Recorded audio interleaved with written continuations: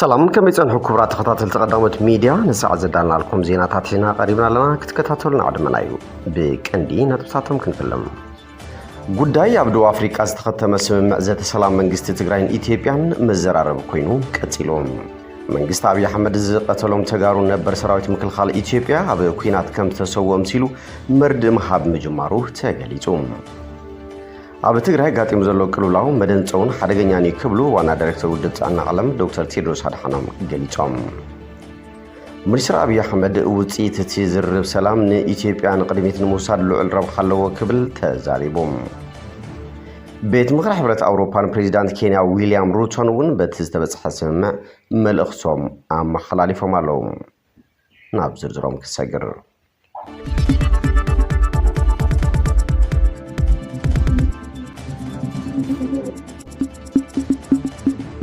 ጉዳይ አብዶ አፍሪካ ዝተኸተመ ስምምዕ ዘተ ሰላም መንግስቲ ትግራይን ኢትዮጵያን መዘራረብ ኮይኑ ቀፂሎም እቲ ክልተ ዓመት መልእዎ ዘሎ ደማ ውኪናት ትግራይ ብሰላማዊ ልዝብ ኣለባት ክረክብ አብዶ አፍሪካ ዘተ ሰላም ከካይዱ ዝቐነዩ መንግስቲ ትግራይን ኢትዮጵያን ቋሚ ስምምዕ ምቁራት ተጻቦታት ምፍራሞም ዝከርዮም እቲ ን10 መዓልቲ ብመንጎኝነት ሕብረት አፍሪካ ብርእሰ ከተማ ደቡብ አፍሪካ ፕሪቶሪያ ክካየድ ጸንሐ ድርድር ትማሊ ክልቲኦም ወገናትን ተዓዘብትን አሸማገልትን ኣብ ዝተረኸብሉ ውን ብስምምዕ ተዛዚሙሎም መንግስቲ ትግራይን ኢትዮጵያን እቲ ንኽልተ ዓመት ዝቐጸለ ደማዊ ኩናት ደው ክብል ዘይድሩ ሰብኣዊ ረድኤት ናብ ትግራይ ከኣቱ ኣብ ትግራይ ዝተቋረጹ መሰረታዊ ኣገልግሎታት ናብ ንቡር ክምለሱን ድሕንነት ሰላማውያን ዜጋታት ከውሕሱን ከም ዝተሰማምዑ ኣብ ዘውፅዎ ሓበራዊ መግለጺ ኣፍሊጦም ብወገን ኢትዮጵያ ኣማኻሪ ጉዳይ ድሕንነትን ጸጥታን ቀዳማይ ሚኒስትር ኣምባሳደር ሬድዋን ሁሴን ነቲ ስምምዕ ክፍርሞ ከሎ ብወገን መንግስቲ ትግራይ ድማ ኣማኻሪ ፕሬዚዳንት ትግራይን ወሃብ ቀለና ኣይተ ጌታቸው ረዳ ክታም ኣንቢሮም እዮም ኣብ ስምምዕ ዝተፈረመሎም ነጥብታት ውን ሓደ ወከልቲ ፌደራላዊ ዴሞክራሲያዊ መንግስቲ ኢትዮጵያን መንግስቲ ትግራይን ድሕሪትን 10 መዓልቲ ዝተኻየደ ጽዑቕ ድርድር ኣብ ስምምዕ ሰላም ከም ዝበጽሑ ንህዝቢ ኢትዮጵያን ዓለምን ከፍልጡ ተሰማሚዖም ክልተ ብረታት ንሓዋሩ ንምህዳን እቲ ክልተ ዓመት ገይሩ ዘሎ ጎንፂ ሰሜን ኢትዮጵያ ወይ ከዓ ትግራይ ከብቅዕ ውን ተሰማሚዖም ሰለስተ እቲ ኩናት ኣብ ህይወትን መነባብሮን ዝሕዝን ዕንወት ከም ዘውረደን ብመሰረት ድሌት ህዝቢ ኢትዮጵያ ድማ ነቲ ጎንፂ ምዕራፍ ንድሕሪት ብምግዳፍ ብሰላምን ስኒትን መንባር ረብሓ ሙሉእ ህዝቢ ኢትዮጵያ ኢሎም ኣርባዕተ ንላዕላውነት ግዝኣታዊ ሓድነትን ከምኡ ውን ሕገ መንግስቲ ኢትዮጵያን ከውሕሱ ብምርጋጽ ኢትዮጵያ ሓደ ሰራዊት ምክልኻል ከም ዘለዋ ኣብ ባይታ ዘሎ ጸጥታዊ ኩነታት ኣብ ግምት ብምእታው ዕጡቃት መንግስቲ ትግራይ ብረቶም ኣውሪዶም ናብ ማሕበረሰብ ተመሊሶም ክጣየሱን ሓሙሽተ ሓገዝ ናብ ዘድልዮም ረድኤት ክበጽሕ መንግስቲ ኢትዮጵያ ምስ ትካላት ረድኤት ክትሓባበር ሽዱሽተ ኣብ ትግራይ ሕገ መንግስታዊ ስርዓት ናብ ንቡር ክምለስ ፖለቲካዊ ኣፈላልያት ዝፍትሕሉ ባይታ ክፍጠር ከምኡውን ተሓታትነት ሓቂ ዕርቅን ሕውየትን ንምሓዝ ፖሊሲ መሰጋገሪ ፍትሒ ምርግጋጽን ሸውዓተ ዝስምዕ ብዘይገለ ምድንጓይ ተግባራዊ ክኸውን ኩሉ ዓይነት ተጻባእ ፕሮፓጋንዳ ደው ክብል ሸሞንተ መንግስቲ ኢትዮጵያ ኣብ ትግራይ ዝተቋረጹ ህዝባዊ ኣገልግሎታት ናብ ንቡር ክመልስን በቲ ኩናት ዝዓነው ህዝባዊ ኣገልግሎታት መሰረተ ልምዓታት ካንጽን ክልቲኦም ወገናት ኣብ ስምምዕ በጺሖም ኣለዉ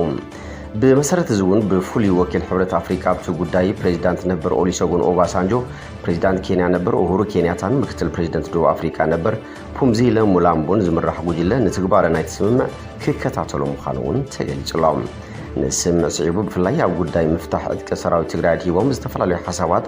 ዝተንጸባረቑ ኮይኖም ነገር ግን እዚ ጉዳይ ዝርዝር መብርህ ከም ዘድልዮን እናተሓበረ ይርከብ እቲ ነጥብን ዝርዝር ኣፈጻጽማን ከም ዝፈላለስ ተገለጸ እንትኸውን እቲ ሰነድ ስምምዕ ውን ረቂቕን ዝተፈረመሉን ናይ ሓሳብን ዝርዝር ጉዳያትን ፍልሊ ከም ዘለዎ ውን ንምፍላጥ ተኻኢሎም ነዘመልኪቶም ካብ ዝተውሃቡ ሓሳባት ድማ ሻዕብያ ካብ ትግራይ ክወፅዩ ሕጂ ሚእታዊ TDF ክጸንሑ ንሓዋሩ ህዝቢ ትግራይ ዕድሉ ኣብ ቁልጽሙ ንወትሩን ዘለዓለምን ነዚአን ዝቕይር ሓይል የለን ካልእ ክኢሉ ኣብ ትሕቲ እዘን ሓቅታት ዝመጽእ ናይ ዋጋ ዕዳጋ ስያሳ እዩ ዓወት ነታ ናይ መወዳእታ መስመር መንሰገራ ብዝብል ዝብየን እዮም ሰዓራይ ዝበሃል ተቐዳዲሙ ኢዱ ሓፍ ናይ ዘበለ ይኮነን ብዙሕ ዝኮረየ ሰብ ይርኢ ኣለኹም ነዚ ዘምጽኦ ምኽንያት ኣሎ ብዙሕ ዘይበርሁልና ነገራት ኣለዉ ካብ ዝተባሃለ ዘይተባሃለ ነገር ይበዝሕ መብርሂ ክንሓትት ኢና ዘይዓገብናሉ ነገር ብዘይስኽፍታ ክንማጎተሉ ክንቃለሰሉ ኢና ኣብኡ እንከለኹ ግን ኣነ ብወገነይ TDF ዝኣመሰለ ተኣምረኛ ሰራዊት ኣብዛ ዓለም ተፈጢሩ ዝፈልጥ ኣይመስለንን ሰብዓ መዓልቲ ብዘዕረፍቲ ምስ 1 ሚልዮን ሽሾ ሰራዊት ጸላይ ብዘይ ዝተማለ ቀርብ ኣብ ውሽጢ ክባ ኮይኑ ብኩሎም ዙርያ መለሽ ግንባራት ጥያይትን ዕጥቅን ካብ ጸላእና መንዝዐ ብጡሚውን ብዕሩቁን ዝዋጋእ ሰራዊት የለን بناي وجه تخلو تراين سراويت سبارتا يمثل بهزباونتون بوليتيكاو مننتون ግን ኣብዛ ዓለም ዝወዳደሮ ሓይል ዘሎ ይመስለኒ ዲሲፕሊን ሞኸዓ ኣብ ዓዲ ቅዱሳን ጻድቃን ዝነብር የምስሎም ስለዚ ትግራይ ነዚ ሓይል እዚ እተፍርሰሉ ኩንነት ፈጺሙ ኣይህሉን ኣሽንኳይ ትግራይ ዓለም እውን እትደልዮን ክህልዮ እትምንዮን ሰራዊት እዮም እቲ ሕጂ ንሪኦ ዘለና ቁጥዕ እውን ክንደየናይ ተሃራፍን ኣያን ሰራዊት ምዃኑ ዘረጋግጸልና እዩ ክፈርሱን ክብተኑን ተሓኒቖም ናብ ፍርዲ ክቐርቡ ዘለዎም ሓይልታት ሲ ካልኦት እዮም ኣብዞም ዘሻቕሉ ዘለዉ ጉዳያት መብርሂ ሓቲትና ምስ ተረዳእና እንብሎ ነገር ክንብል ኢና ክብል ጋዜጠኛ ዳደ ደስታ ሓሳቡ ሂብሎም መንግስቲ አብይ አሕመድ ዝቀተሎም ተጋሩ ነበር ሰራዊት ምክልኻል ኢትዮጵያ ኣብ ኩናት ከም ዝተሰውኦም ሲሉ መርድእ መሃብ ምጅማሩ ተገሊጹም ፋሽስታዊ መንግስቲ አብይ አሕመድ ኣብ ዝተፈላለዩ ካብታት ኢትዮጵያ ዝነብሩ ሰላማውያን ተጋሩ ኣብ ዝሓለፉ 2 ዓመታትን ቅድሚኡን ክሓድንን ክቐትልን ክኣስርን ምጽንሑ ዝፍለጥ እዩ ካብዚ ብተወሳኺ ብፍላይ ነበር ኣባላት ሰራዊት ምክልኻል ኢትዮጵያ ክቐትልን ከሳቕን ጸኒሕሎም ናይዚ መቐጸልታ ድማ ኣብ ምዕራብ ኣባያ ብትግራዋይነቶም ዝተጨፍጨፉ ነበር ኣባላት ሰራዊት ኢትዮጵያ ሽፋን መሃብ ንስድሮኦም ናይ መርድእ መልእኽቲ መሃብ ከም ዝጀመረ እዩ ተሓቢሩ ዘሎም እዚ ድማ ነዞም ዝጨፍጨፎም ተጋሩ ኣብ ወታደራዊ ልኡኽ ከለዉ ከም ዝተሰውኡ ገይሩ መርድእ ዝነግር ዘሎ ምዃኑ ንምፍላጥ ተኻኢሎም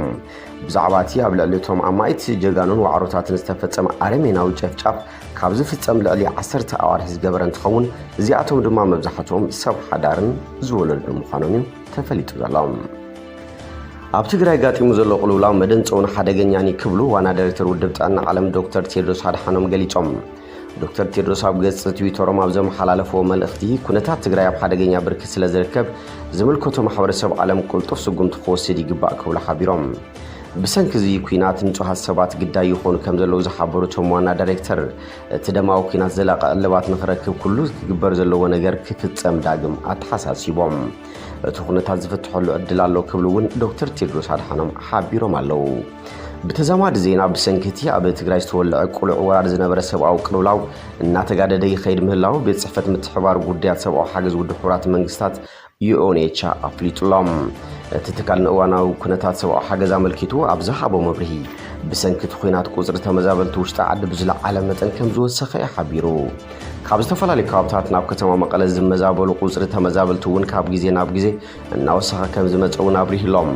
ኣብ ካልኦት ከባብታትን ብተማሳሊ እቲ ቅልውላው ቀፂሉ ከም ዘሎ ይገልጹ ኣብ ትግራይ ሕፅረት ምግቢ ከም ዘሎ ዝሓበረ ዩኤንኦቻ ኣብዚ ሕጂ እዋን ድማ ልዕሊ ብዓሰርታት ኣሽሓት ዝቑፀሩ ህፃናት ብሕፅረት ምግቢ ኣብ ከቢድ ሓደጋ ከም ዘለዉ ኣነፂሩሎም ቀዳማይ ሚኒስትር አብይ አሕመድ ውጽኢቱ እቲ ዝርብ ሰላም ንኢትዮጵያ ንቅድሚት ንምውሳድ ልዑል ረብሓ ኣለዎ ክብል ተዛሪቡ ቤት ምክሪ ሕብረት ኣውሮፓ ፕሬዚዳንት ኬንያ ዊልያም ሩቶን እውን በቲ ዝተበፅሐ ስምዕ መልእኽቶም ኣመሓላሊፎም ኣለዉ አብይ አሕመድ ነቲ ስምዕ ኣመልኪቱ ኣብ ዝሕለፎ መልእኽቲ እቲ ስምምዕ ቅድሚ 4 ዓመት ናብ ዝተጀመረ መንገዲ ለውጢ ዝወስድን ንሰላም ዘለና ቁርፀኝነት ዘርእን እዩ ክብል ተዛሪቡ ንተግባራውነቱ ዘለና ቁርፀኝነት ድማ ጠንካራ እዩ ክብል ወሲኹም بخالق سمع كلتيوم وجنات زدنقي كبلو بريزيدانت كينيا ويليام روتو ملختم حلاليفهم ناب سمع نزبصحو كلتيوم أكلات دما مسكينهم كلتيوم وجنات أبزوانا سلام دحنا نتنخفتر نزنبرو أقلقلتاتنا ونور مملاسن تسمع وسانق ده كم زلوون أبريهم نيجاد أمريكان ودحورات منجستاتن كالو تعذبتنون نزجبر وتعري أمسكينهم بريزيدانت بيت مخابرات أوروبا متماسالي بتسمع حوسو جليتلام بريزيدانت بيت مخابرات حبرات أوروبا تشارلز ميشيل كلتيوم وجنات أبسمع مبصحهم كم زحقوسهم يوم جليتهم استفرموا سمعاتنا بتقبر كشرف كم زجباون أتحساسيبهم زلاق سلام مسفان متابسوا حاجز مرجعاتن مسرتوا قلولتاتنا ونور مملاسن كقدام نتكوا هبهم كم زجباون حبيرهم نزون حبرات أوروبا دقاف خم زجبر أفليتهم علو مباركس تخطاتلتي قدامات ميديا نساعات زدارنا يوم زيناتاتن زي أمي مسلني روم سلاتم كتالكم نمسكن بخالوت مليسنا خصم دراخلينا سابشو سلام نابلنا نيشانلنا لايك سبسكرايبن شيرن كتقبرو كنزخاخر نفوتو